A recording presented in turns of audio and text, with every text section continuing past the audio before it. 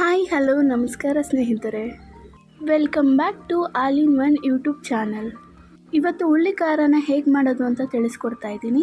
ಅದಕ್ಕೂ ಮುಂಚೆ ನೀವು ನನ್ನ ಚಾನಲ್ನ ಲೈಕ್ ಮಾಡಿಲ್ಲ ಅಂದರೆ ಲೈಕ್ ಮಾಡಿ, ಶೇರ್ ಮಾಡಿ, ಹಾಗೆ ವಿಡಿಯೋ ಕೆಳಗೆ ಕಾಣ್ತಾರೋ ಸಬ್ಸ್ಕ್ರೈಬ್ ಬಟನ್ನ ಕ್ಲಿಕ್ ಮಾಡಿ, ಹಾಗೆ ಪಕ್ಕದಲ್ಲೇ ಕಾಣಿಸೋ ಬೆಲ್ ಐಕನ್ನ ಪ್ರೆಸ್ ಮಾಡಿ. ನಾನು ಮಾಡೋ ಹೊಸ ವಿಡಿಯೋ ನೋಟಿಫಿಕೇಶನ್ ನಿಮ್ಗೆ ಬರುತ್ತೆ. ಹುಳ್ಳಿ ಖಾರ ಮಾಡೋದಕ್ಕೆ ಮೊದಲಿಗೆ ಹುಳ್ಳಿಕಾಳನ್ನ ನೀಟಾಗಿ ಸೋಸಿಟ್ಕೊಂಡಿದ್ದೀನಿ. ಒಗ್ಗರಣೆಗೆ ಬೇಕಾದಂಥ ಇಂಗ್ರೀಡಿಯೆಂಟ್ಸ್ ನೋಡ್ತಾ ಹೋಗೋಣ.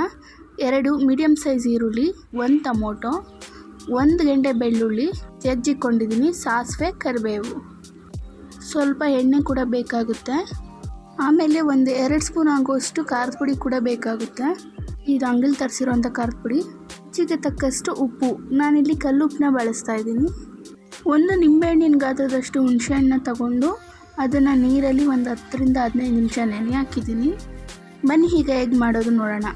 ಸ್ಟವ್ ಮೇಲೆ ಒಂದು ಪಾತ್ರೆಯಲ್ಲಿ ಅರ್ಧದಷ್ಟು ನೀರನ್ನ ಇಟ್ಕೋಬೇಕು. ನೀರು ಕಾದ ನಂತರ ಅದಕ್ಕೆ ಸೋಸಿಟ್ಕೊಂಡಂಥ ಹುಳ್ಳಿಕಾಳನ್ನ ಹಾಕೋಬೇಕು. ಹುಳ್ಳಿಕಾಳೆಲ್ಲ ಹಾಕಿದ್ಮೇಲೆ ಅದು ನೀರಲ್ಲಿ ಚೆನ್ನಾಗಿ ಬೇಯಬೇಕಾಗುತ್ತೆ.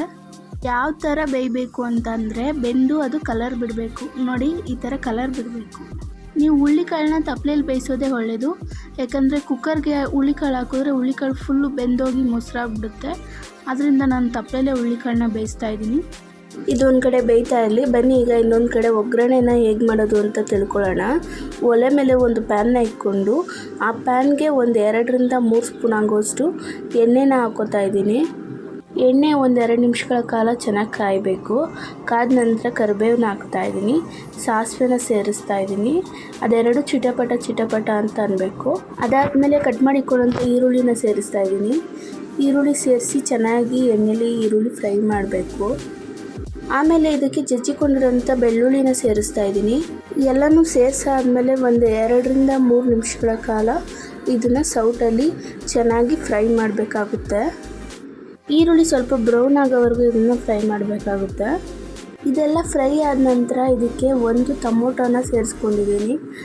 ಟೊಮೊಟೊನ ಸೇರಿಸ್ಕೊಂಡು ಟೊಮೊಟೊ ಮತ್ತು ಈರುಳ್ಳಿ ಚೆನ್ನಾಗಿ ಬೇಯೋ ಥರ ಫ್ರೈ ಮಾಡಬೇಕು ಎಣ್ಣೆಯಲ್ಲಿ.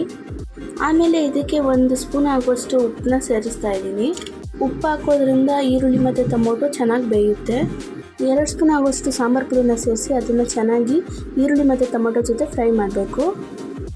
ಲಾಸ್ಟಲ್ಲಿ ಇದಕ್ಕೆ ನೆನೆಸಿಕೊಂಡಂಥ ಹುಣಸೆಹಣ್ಣಿನ ರಸನ ಹಾಕೋಬೇಕು. ಎಲ್ಲ ಸೇರಿಸಾದ ನಂತರ 5 ನಿಮಿಷಗಳ ಕಾಲ ಅದನ್ನು ಚೆನ್ನಾಗಿ ಕುದಿಯೋಕೆ ಬಿಡಬೇಕು. ಇದು ಚೆನ್ನಾಗಿ ಮಳ್ಳಿದ ನಂತರ ಈ ಕಡೆ ಬೆಂದಿರೋಂಥ ಹುಳ್ಳಿಕಾಳಿಗೆ ಅದನ್ನು ಸೇರಿಸ್ಕೋಬೇಕು. ಒಗ್ಗರಣೆನ ಸೇರಿಸಾದ ನಂತರ ಸಾಂಬಾರಿಗೆ ನಿಮಗೆ ಎಷ್ಟು ನೀರು ಬೇಕೋ ಅಷ್ಟನ್ನ ಸೇರಿಸ್ಕೋಬೇಕಾಗುತ್ತೆ. ಎಲ್ಲ ಸೇರಿಸ್ಕೊಂಡಾದ್ಮೇಲೆ ಅದನ್ನು ಸೌಟಿಂದ 2 ಸಲ ತಿರಿಬೇಕು ಚೆನ್ನಾಗಿ. ಲಾಸ್ಟಲ್ಲಿ ಸಾಂಬಾರಿಗೆ ಒಂದು ಸ್ವಲ್ಪ ಉಪ್ಪನ್ನ ಸೇರಿಸ್ಬೇಕಾಗುತ್ತೆ. ನೆನಪಿರಲಿ, ಒಗ್ಗರಣೆ ಮಾಡಬೇಕಾದ್ರೂ ಉಪ್ಪನ್ನ ಸೇರಿಸಿರ್ತೀವಿ.